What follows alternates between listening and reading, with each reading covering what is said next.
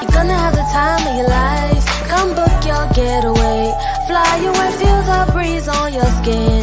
The sunshine so relaxing. Come on and book your trip right now with Tiff. Caribbean Resort, relax and have a sip. Make your reservation today, sending joy and laughter. Hello, everybody. Happy Thursday to you. I'm so excited. We should all be excited. And I wanted to come to you all today because I have someone very special. All my guests are special. Let me just say that. All my people that I talk with are very special. And I think that is so important that I highlight. Although I'm known as the Caribbean and Cruise Connection, and I do that as well. I also have encountered and embraced the ability of my big mouth talking all the time. And so using that gift to be able to inspire and use others, to speak with others, to share their stories is just simply a blessing in itself. Now, I always tell myself, I'm not no Oprah and I ain't trying to be, okay? But I want to be genuine to who I am. And so today we're rolling into purpose and we're talking about those who are living in wheelchairs and how they live and how they strive and they do some amazing things. So the guest that I have today, Mr. Jesse Chinn. So I'm going to bring him on. All right, hold on one second. Hi, Jesse. How you doing? I'm doing, Jesse. I'm doing. Thank you so much for coming on. I am so excited to have you. I first want to say thank you for taking time out of your schedule to come and bless the people and give them a word and share a highlight and a laugh or whatever lays on your heart. But tell the people, share a little bit about who Jesse Chinn is. Ooh, Jesse. I'm Jesse Chinn. I live in New York City. I'm from Staten Island. Moved to home. I don't know. A lot of people don't know about. You know about Staten Island? Yes, I'm an ex-flight attendant. Yes. We're the forgotten borough. Staten Island's the forgotten borough. Yeah. But I grew up on Staten Island, and then I moved to Harlem when I was like around 19, 20. So I'm Staten Island breed. Harlem taught me a lot of stuff, but I'm Staten Island born. Staten Island. Born and raised. But I heard just a little birdie. We were just talking like maybe Atlanta is going to be your next trip. But okay, here's next step. Yeah, come on through. Come today. But I know. So one of the most amazing things I had the pleasure of, I'm in a pod, and one of the women in the pod that I'm a part of in a business culture, because I'm in my wheelchair, she's like, there's this gentleman, you got to see this guy. His name is Jesse Chinn. So she's sending me your stuff. And I saw that you were also associated with my homeboy Bodies by B, Brian. California. Yes, he's in California. And so I had a conversation with him, but my girlfriend was like, listen, her name of her business is She's the Total Package.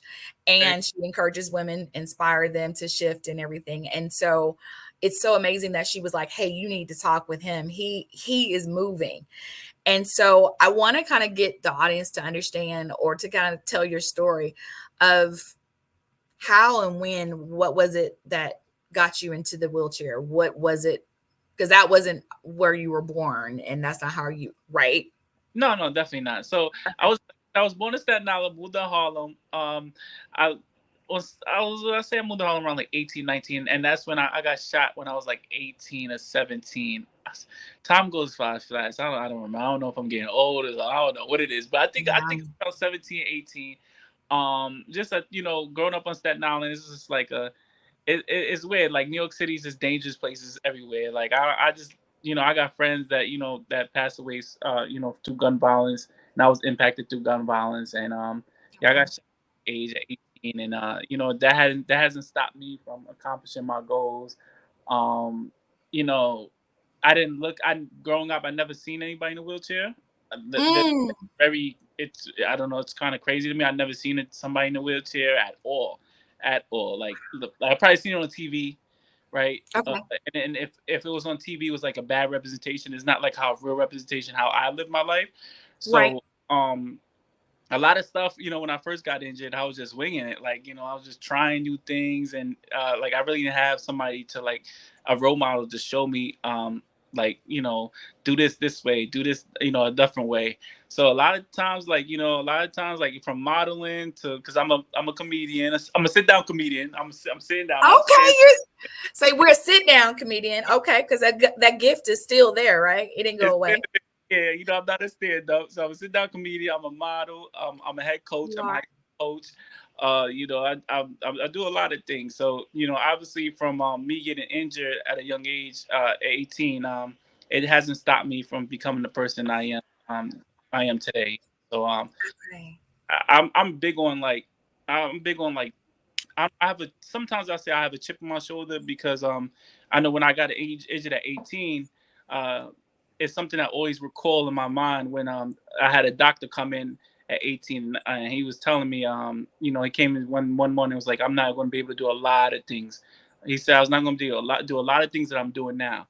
So that always a lot of that pushes me to doing a lot of things that I have done, from graduating from college. I'm also a college graduate, so like okay. What was your major? Anthropology. Yeah. Okay. There was a lot of things he said I was not, from driving. There was a lot of things he said that I was not going to be able to do, and I accomplished. I got one more thing on my list to do. What's your list?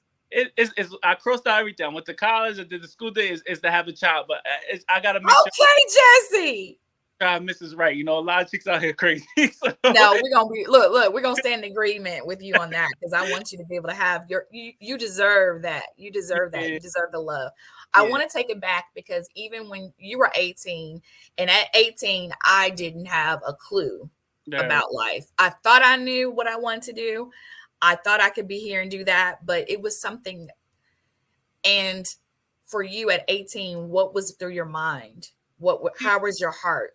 Right. So I think I had to see. I'm like a lot of people that like I'm around in wheelchairs that get impact on violence, or a lot of times a lot of things change for them. Like it's like a big like aha moment. Like me, I always knew where I wanted to go.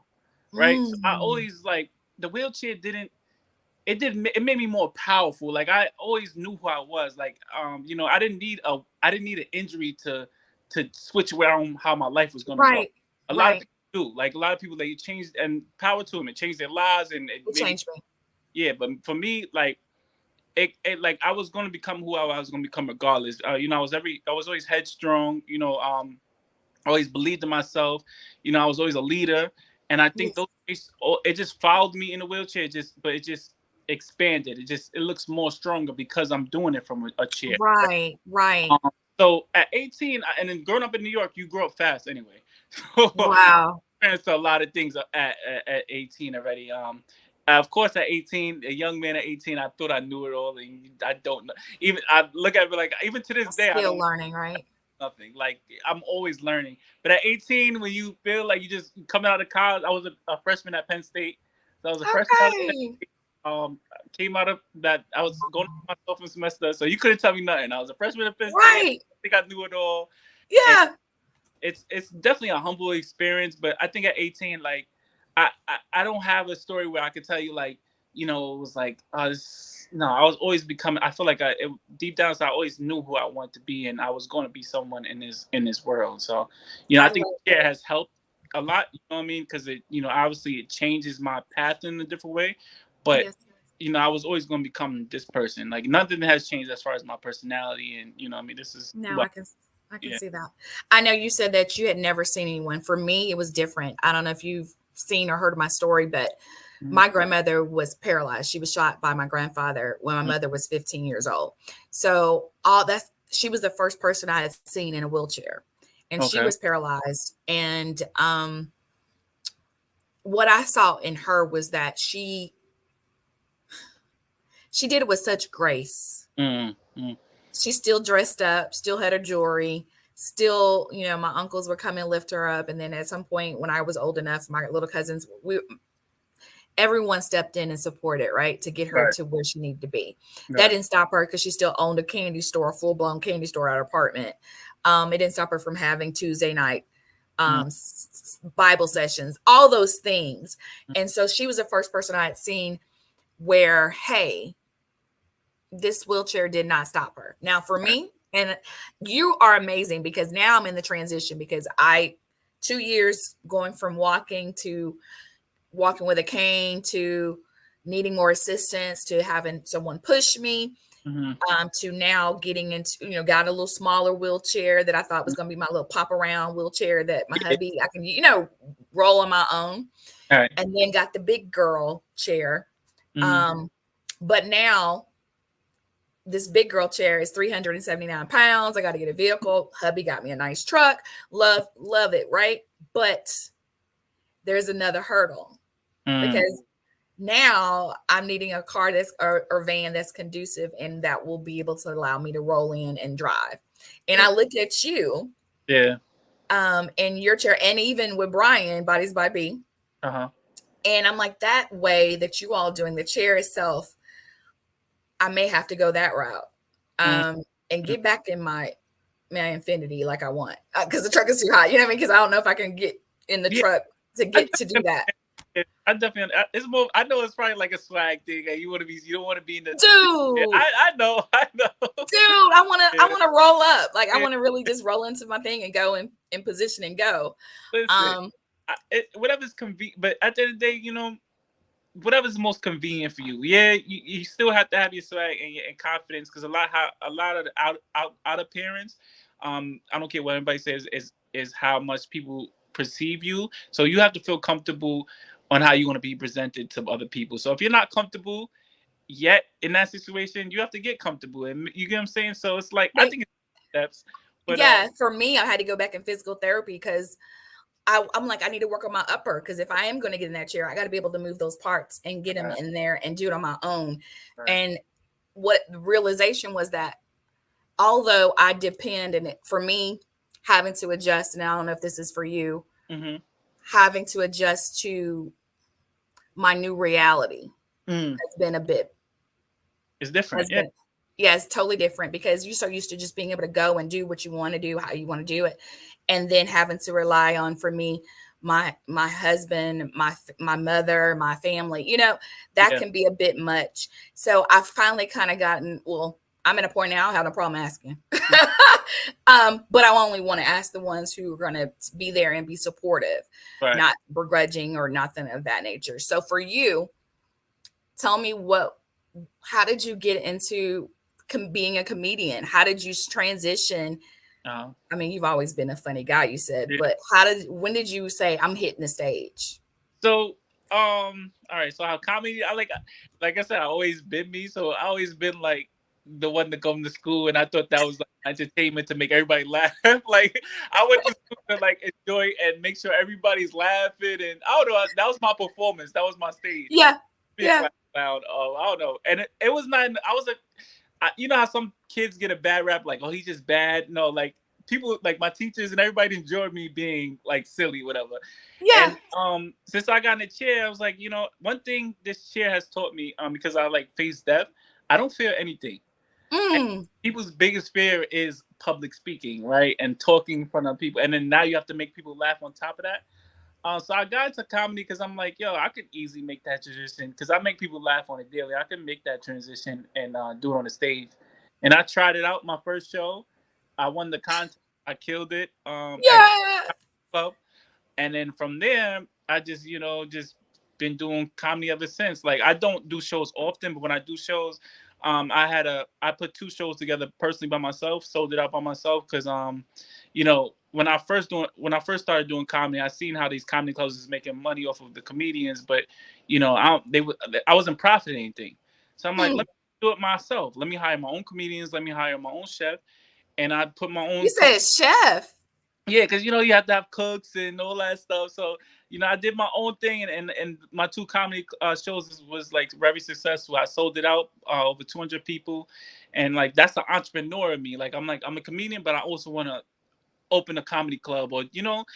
And, like you go from actually running the just doing jokes to actually running the whole thing, and that goes behind me not having fear of anything. Like I don't know, like I wouldn't accomplish a lot of things if I had fear hold me back. And that's one thing I can attest to, where it's like it's crazy. I was talking to my sister this morning, and like my father and her is so opposite, right? They have anxiety, and like my father, I think he's like very negative. Everything, and I'm like me on the opposite hand.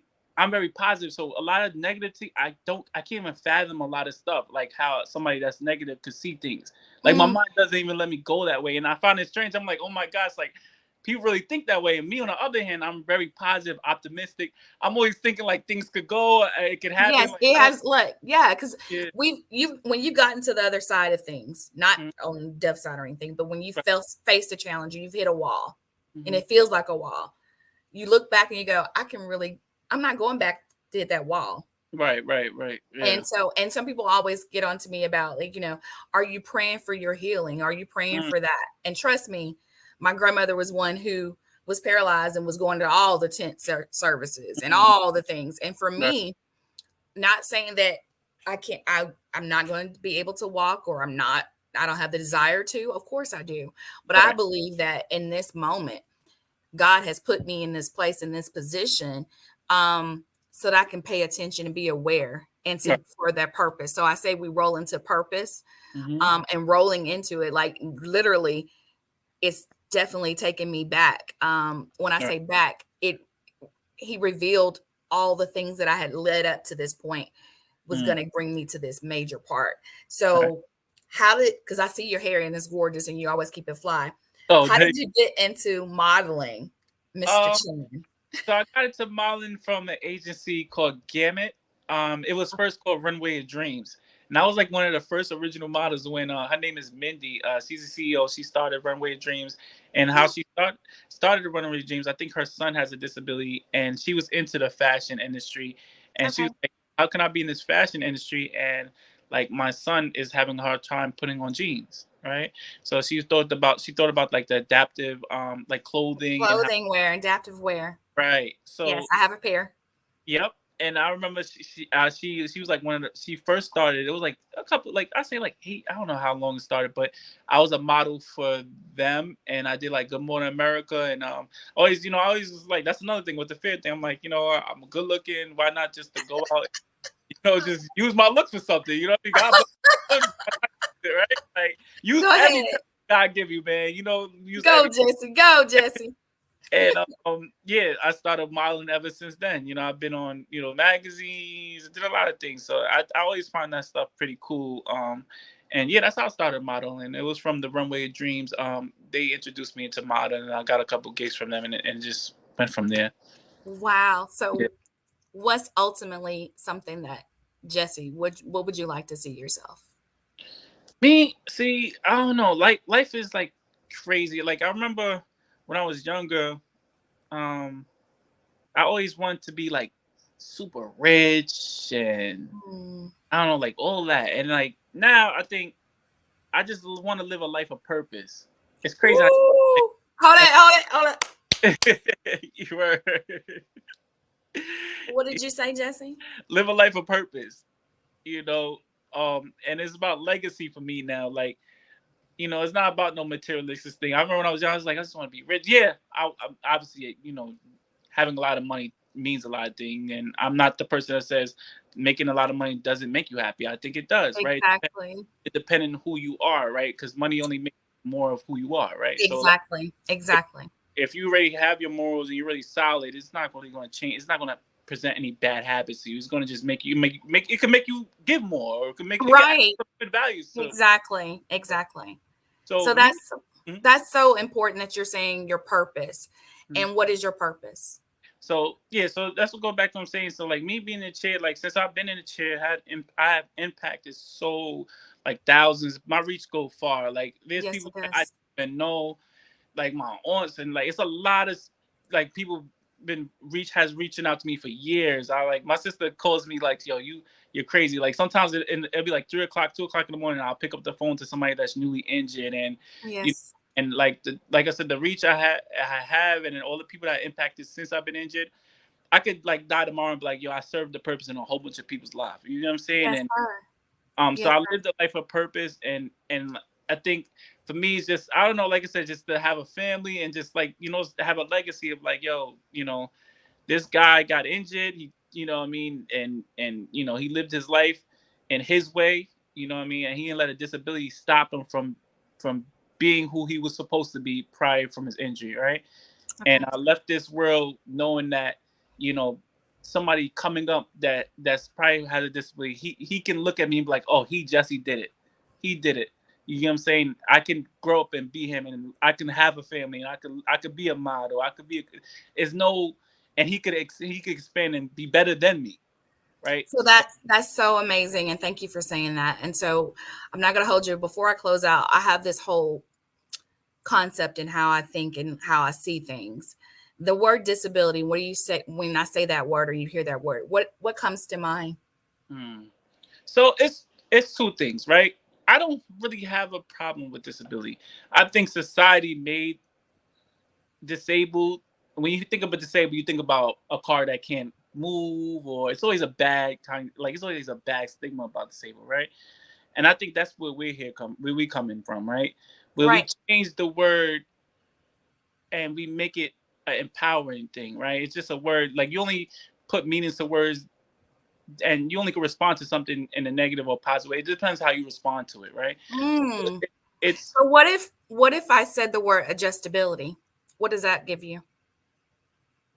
it's like adapting. It's like adapting and adapting to what we got on, what we have, and what's going on. So, Right. I, And does that and adjustability for me, and then the reason why I said that is because I believe that adjustability, the word itself, mhm, is so much more impactful because words have meaning and it means power.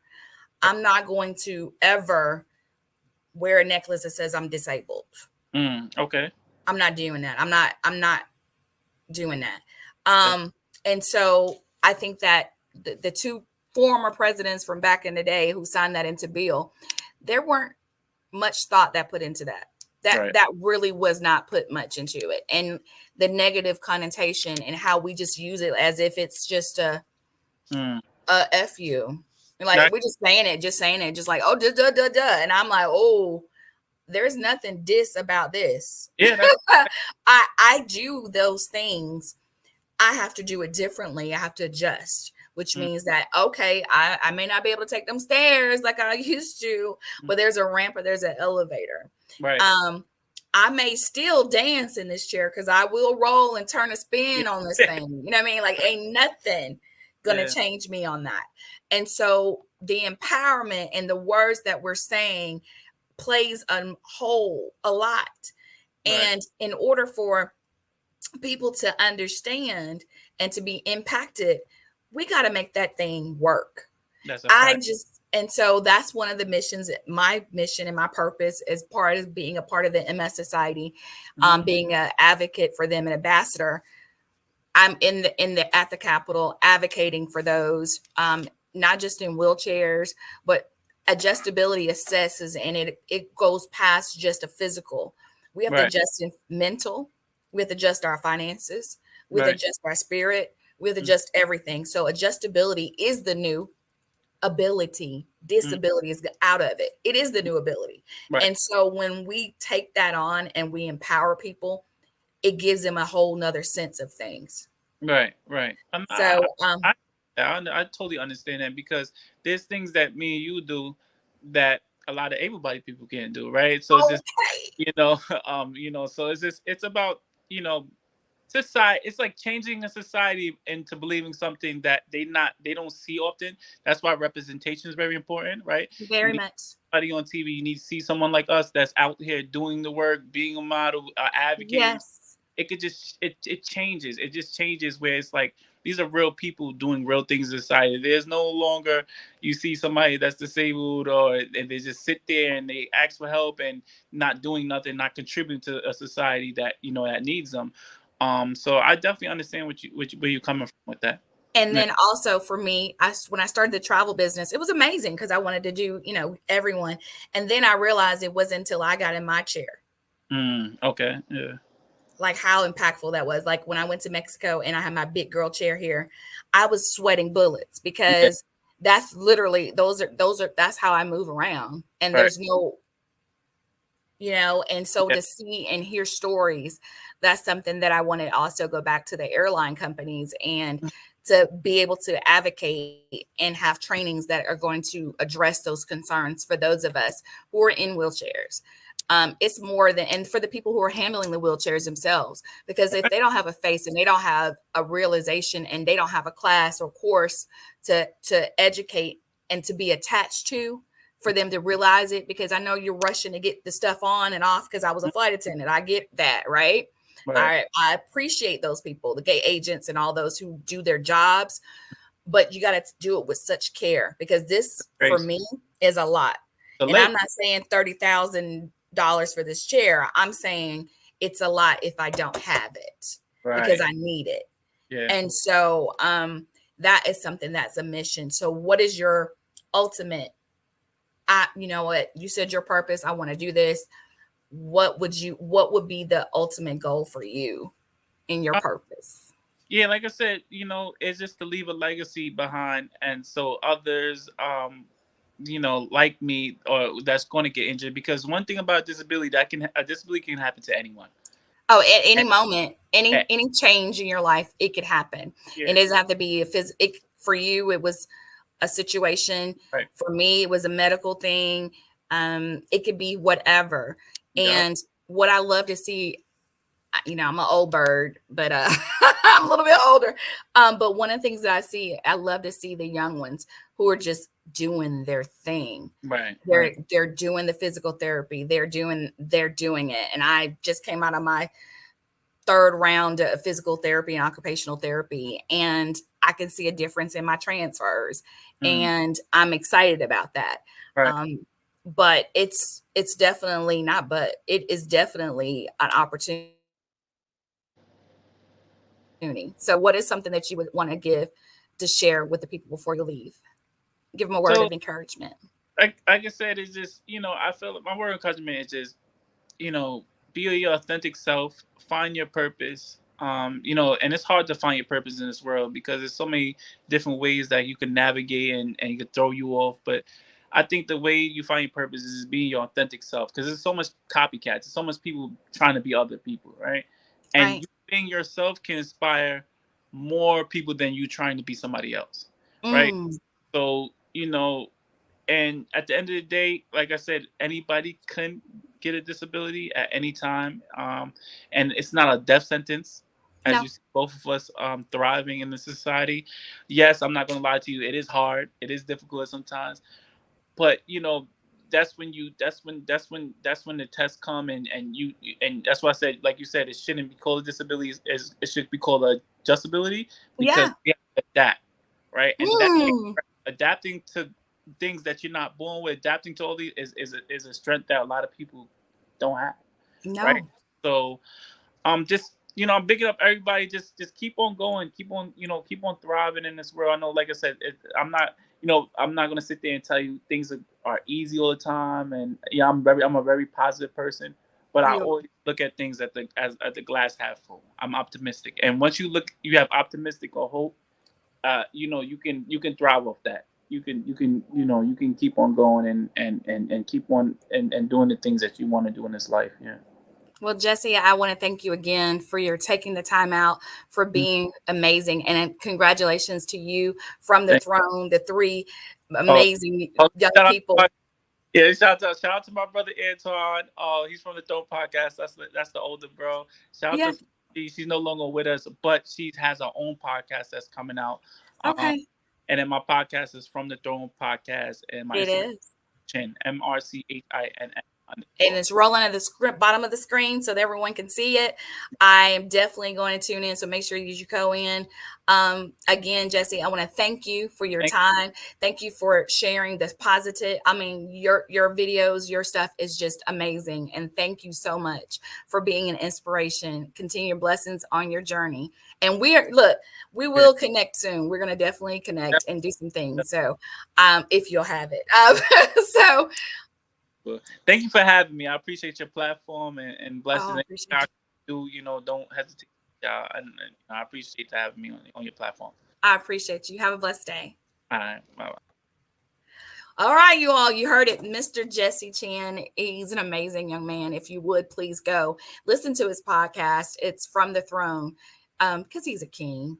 He has an amazing attitude, perspective on life, and how he keeps and maintains his positive outlook is such an inspiration. Because I tell you, there's a lot of days when I look back and I go, God, I thank you. And even in the midst of it, it's hard. And a lot of us, you may not be in a wheelchair, but just understand that even if there's a challenge, when I realized, just for me in a personal sense, when I realized that I'm opening doors and I'm making steps, the enemy tries to come in and try to cause confusion and disruption and all that dismay. But in the midst of that, I looked to Instagram. I looked to different places for inspiration. And Mr. Chinn, because my homegirl had told me, she's the total package, told me about Mr. Chinn. Then I was like, oh yeah, this guy is awesome. So I inspire you, to encourage you to continue to do your thing. Laugh, do what you need to do, and inspire, and go roll into your purpose. If you're rolling in a wheelchair, roll, spin on them. Okay. If you're not, walk on it. However you need to do that thing. And I promise you, you'll be blessed because you're helping someone else. This has been your girl, Triple Tiff. You know, I love you. I do. And there is nothing, not a zada zilch. There's nothing you can do about it. I'll talk to you later. Reservation today, sending joy and laughter your way. Contact us today at tripwithtiff.com.